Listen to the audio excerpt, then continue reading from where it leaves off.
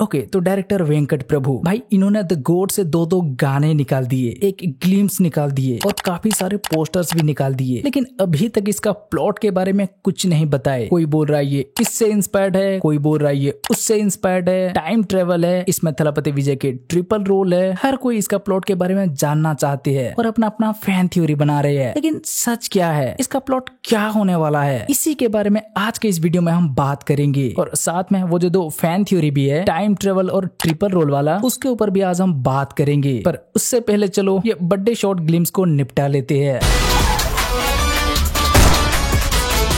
Okay, तो अगर आपको याद हो तो न्यू ईयर को इस मूवी से एक पोस्टर को रिलीज किया गया था जिसमें थलपति विजय अपने डबल रोल के साथ बाइक में दिख रहे थे। हाँ, तो पहले उसी चेस सीक्वेंस का कुछ सीन हमें इस ग्लिम्स में देखने मिल रहा है, जहाँ थलपति विजय और उनका डबल रोल के पीछे कुछ कार्स और बाइकर कर रहे हैं। फिर धांसू तरीके से थलपति विजय के फेस को रिवील किया जाता है और टाइटल आता है। अब इस चेस सीन की बात किया जाए तो भाई ये रशिया की सीन लगता है। हम यहाँ बाइक में रशिया की नंबर प्लेट देख सकते हैं और आगे भी इस चेस के दौरान एक ऐसा म्यूजियम दिखता है जो कि रशिया में है। बाकी रिलीज डेट अनाउंसमेंट पोस्टर में तो आपने देखा ही होगा, वहाँ भी रशिया की एक लोकेशन में ब्लास्ट होते हुए दिखाया गया है। हाँ, तो कंफर्म ये रशिया की ही चेस सीन होने वाला है, जो कि शायद एक काफी इंपोर्टेंट सीक्वेंस होगा। फिर इसके बाद हमें एक मोन्टाज शॉट दिखाया जाता है जिसके अंदर भाई अलग अलग लोकेशन और अलग अलग टाइम के सीन है। पहले तो हमें थलपति विजय के एक ड्राइविंग शॉट देखने मिलता है जो कि शायद पास्ट का है, क्योंकि यहाँ हम थलपति विजय को थोड़ा यंग लुक में देख सकते हैं, सल्ट एंड पेपर लुक में नहीं। फिर हमें देखने मिल रहा है एक लैब का सीन, थलपति विजय एक मशीन को देख रहे हैं और ये इंडिया या रशिया का सीन नहीं है, कहीं और का है। आप देख सकते हो यहाँ चाइना में लिखा है जेनेटिक इंजीनियरिंग कंपनी, मतलब ये चाइना का भी सीन हो सकता है। पर अभी भी शायद उसके अंदर कोई है। साइड का मॉनिटर पर हम उसका इमेज देख सकते हैं। पर आप इसे छोड़ो, इसका साइड का मॉनिटर में जो दिख रहा है वो काफी इंटरेस्टिंग लग रहा है। पीक